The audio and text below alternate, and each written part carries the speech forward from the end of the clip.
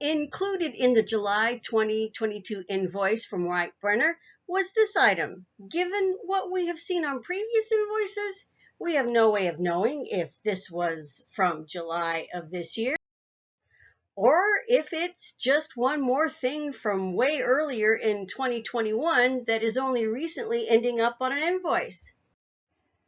Greetings, everyone. This is the Gardening Snail of Livingston, California, just trying to keep the community informed and local government as honest as possible. In our previous video, we went over charges for general legal and human resources in the July 2022 invoice from Brenner LLP. And we pointed out a couple that looked like they belonged to the City of Series.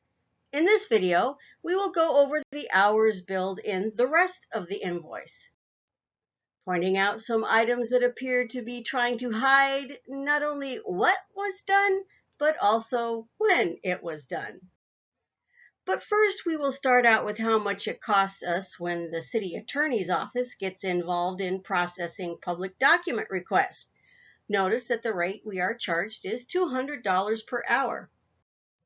We were charged $280 for reviewing and redacting the May and June invoices, $40 for some emails, $280 for an inquiry about Linden Court, another $40 for an email, and $120 to respond to an email I had sent requesting a copy of the draft ordinance and staff report about changing the way the public safety officer / police chief would be appointed.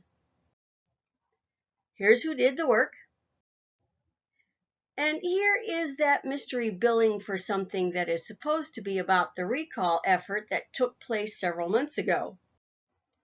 I want to point out that this, like several other entries invoices we have looked at, not only what was done was redacted, but when it was done was redacted as well. Here's a $20 email about a planning commission meeting. And here is an interesting tidbit about prior charges for cannabis. This shows a credit or write-off for over $5,000. Unfortunately, the invoice I received did not show what exactly this write-off was for or what this credit was for. Maybe some of that drafting, reviewing, and redrafting of a cannabis pilot program ordinance? Maybe? But it is still clear that Brenner still wants $10,000 of the original amount. When we look at the hours billed for police, we see a much smaller credit write-off. We also see that what was done and the when it was done is also completely redacted.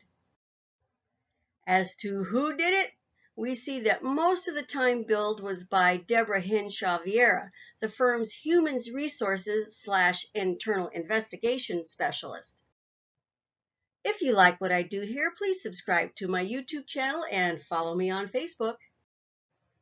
And don't forget the mandatory disclaimer.